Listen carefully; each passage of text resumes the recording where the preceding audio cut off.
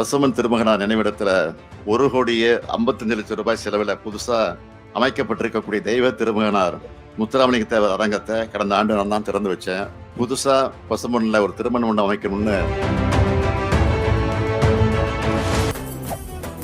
மெரிபா paneer soda. I trust மெரிபா. Pasumpon திருமகனாரை பற்றி தலைவர் கலைஞர் அவர்கள் குறிப்பிடும் போது, வீரராக பிறந்தார், வீரராக வாழ்ந்தார், வீரராக மறைந்தார். 1989 மிகவும் பிற்படுத்தப்பட்டோர்னு புது இடஒதுக்கீடு உரிமையை உருவாக்கி கல்வி வேலைவாய்ப்புல இந்த சமூக மக்கள் முன்னேற வாய்ப்பு ஏற்படுத்தி கொடுத்தவரும் தலைவர் கலைஞர் தான். கழக ஆட்சி முதலா உருவானப்போ பல்வேறு சமூகங்களை சார்ந்த பிரமுகர்கள் எல்லாம் தங்களுடைய மக்களுக்கான கல்வி மேம்பாட்டுக்காக கல்லூரிகளை தொடங்க திட்டமிட்டாங்க. அவை அனைத்துக்கும் அனுமதி வழங்கியவர் தலைவர் கலைஞர் அவர்கள். அதுலேயும் குறிப்பா முக்குளத்தோர் சமூகம் தங்கள் பெரும்பான்மையா வாழற இடங்கள்ல கல்லூரிகள் அமைக்க திட்டமிட்டாங்க. முன்னாள் பேரவைத் தலைவர் செல்லபாண்டி அவர்கள் தலைமையில தேவர் கல்வி சங்கம் உருவாக்கப்பட்டுச்சு.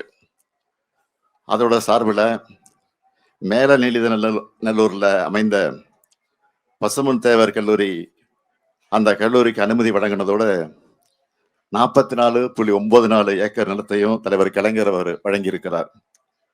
அப்படிப்பட்ட அந்த கல்வி நிறுவனம் என்ன நோக்கத்துக்காக தொடங்கப்பட்டதோ அதை சீர்குலைக்கக்கூடிய வகையில சில தனிநபர்களால் ஆக்கிரமிக்கப்பட்டு பல பிரச்சனைகள் நடந்து கொண்டிருந்தது.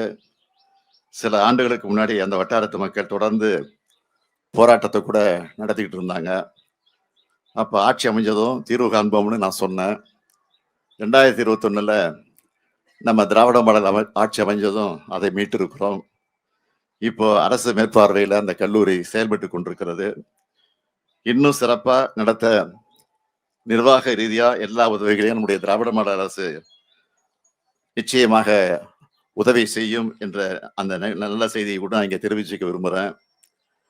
தேவர் ஜெயந்தி விழாவின் போது கூட்ட நெரிசலை தவிர்க்கக்கூடிய வகையில வெயில் மற்றும் மழையிலிருந்து பொதுமக்களை பாதுகாக்க பசுமன் திருமகனார் நினைவிடத்துல 1,55,00,000 செலவில் புதுசா அமைக்கப்பட்டிருக்கக்கூடிய தெய்வ திருமகனார் முத்துராமலிங்க தேவர் அரங்கத்தை கடந்த ஆண்டு நான் தான் திறந்து வச்சேன்.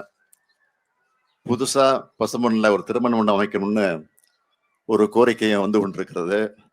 அந்த கோரிக்கையை உடனடியாக ஏற்று 3 கோடி ரூபாய் மதிப்பீட்டுல தேவர் திருமகனார் பெயரில் திருமண மண்டபம் அமைக்கப்படும் என்று இந்த நேரத்தில் நான் உறுதியளிக்கிறேன். பசுமன் திருமகனாரை பற்றி தலைவர் கலைஞர் அவர்கள் குறிப்பிடும் போது, வீரராக பிறந்தார், வீரராக வாழ்ந்தார், வீரராக மறைந்தார். ஏன் மறைவுக்கு பிறகும் வீரராக போற்றப்படுகிறார்னு சொல்லுவார். அத்தகைய பசும்பொன்னரை போற்றுவோம், வணங்குவோம். நன்றி, வணக்கம். மெரிபா பன்னீர் சோடா. I trust மெரிபா.